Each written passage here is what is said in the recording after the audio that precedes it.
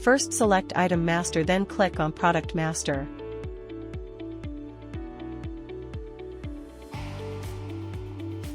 Then click on Create button.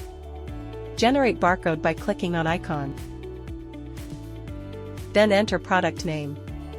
Select product type. Then choose category. Add price of the product. Click on checkbox. You can enter multi-pricing. Enter MRP. Cost price.